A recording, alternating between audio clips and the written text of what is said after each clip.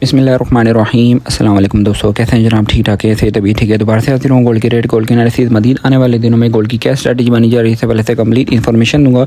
जो लोग हमारे चैनल पे नए हैं, हमारे चैनल को सब्सक्राइब करते हैं, फेसबुक पे देख रहे हैं तो हमारे इस अकाउंट को फॉलो करते हैं।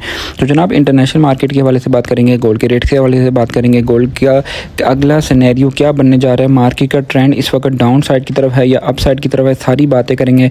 ग्रुप सर्विस को ज्वाइन करना चाहते हैं, नंबर स्क्रीन पर मौजूद है, इस नंबर पर रब्ता करके हमारी ग्रुप सर्विस को भी ज्वाइन कर सकते हैं। तो जनाब आज के डे में इंटरनेशनल मार्केट $3746 फी औंस के करीब ओपन हुई, जिसने 3751 का हाई लगाया और 3741 का लो लगाने के बाद इस वक्त इंटरनेशनल मार्केट $3748 फी औंस के करीब इंटरनेशनल मार्केट चल रही है।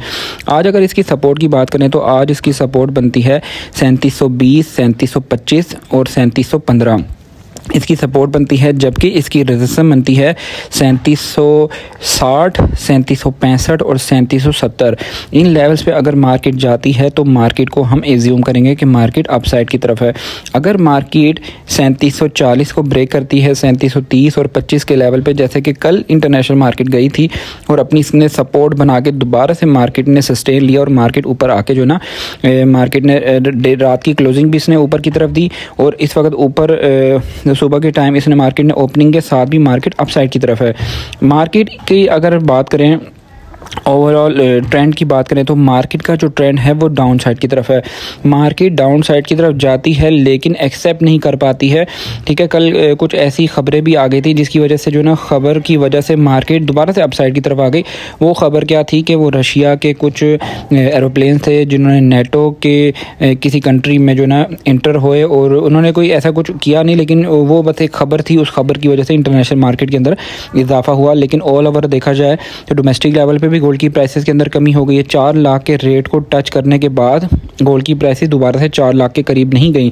और इस वक्त काफ़ी सारे लोग हमारे ये पूछ रहे थे कि हमारा जो इस वक्त गोल्ड का लेवल है वो हम अपर कास्ट चल रही हैं या डाउन कास्ट चल रहे हैं। तो इस वक्त हम जो चल रहे हैं हम बिल्कुल रेट टू रेट हमारा रेट चल रहा है, ठीक है।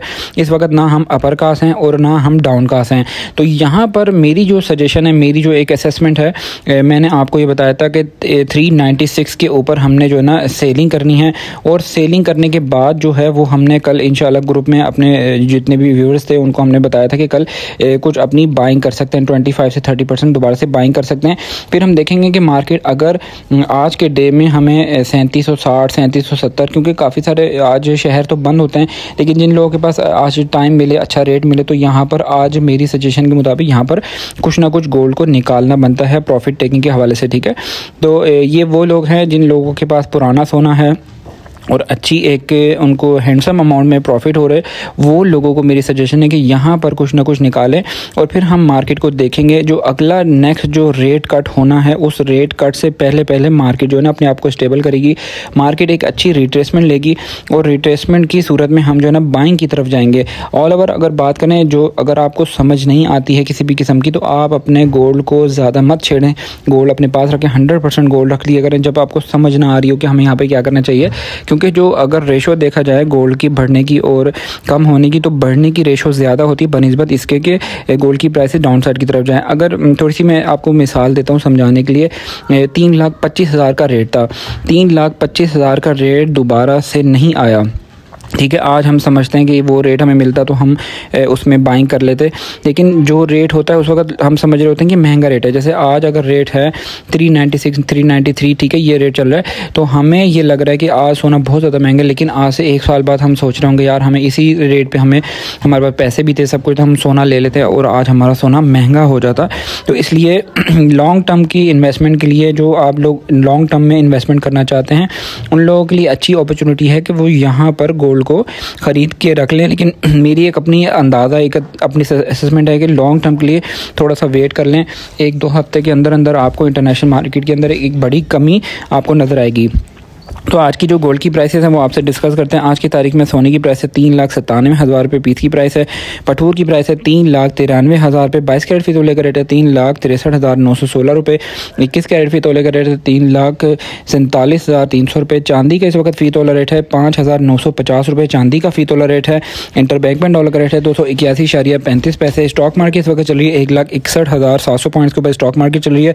रावलपिंडी डिवीजन में इस वक्त पीस की प्राइस है 3,58,000 रुपये, पठूर की रवे की प्राइस है 3,54,000 रुपये। पेशावर में इस वक्त पक्के तोले का रेट है 4,06,000 रुपये। पेशावर में पक्के तोले का रेट है। चांदी के हवाले से काफ़ी सारे लोग पूछते रहते हैं कि चांदी में हमें इन्वेस्टमेंट करनी चाहिए या नहीं करनी चाहिए।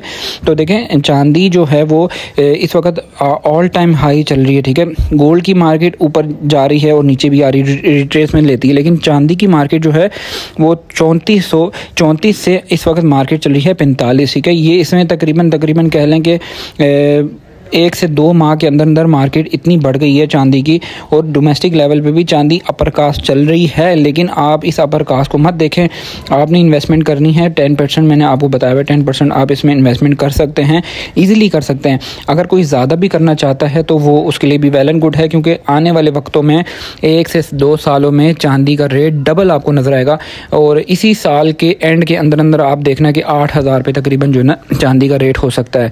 तो इंशाल्लाह फिर मिलते हैं नेक्स्ट किसी अच्छी वीडियो में। टेक केयर, अल्लाह हाफिज़।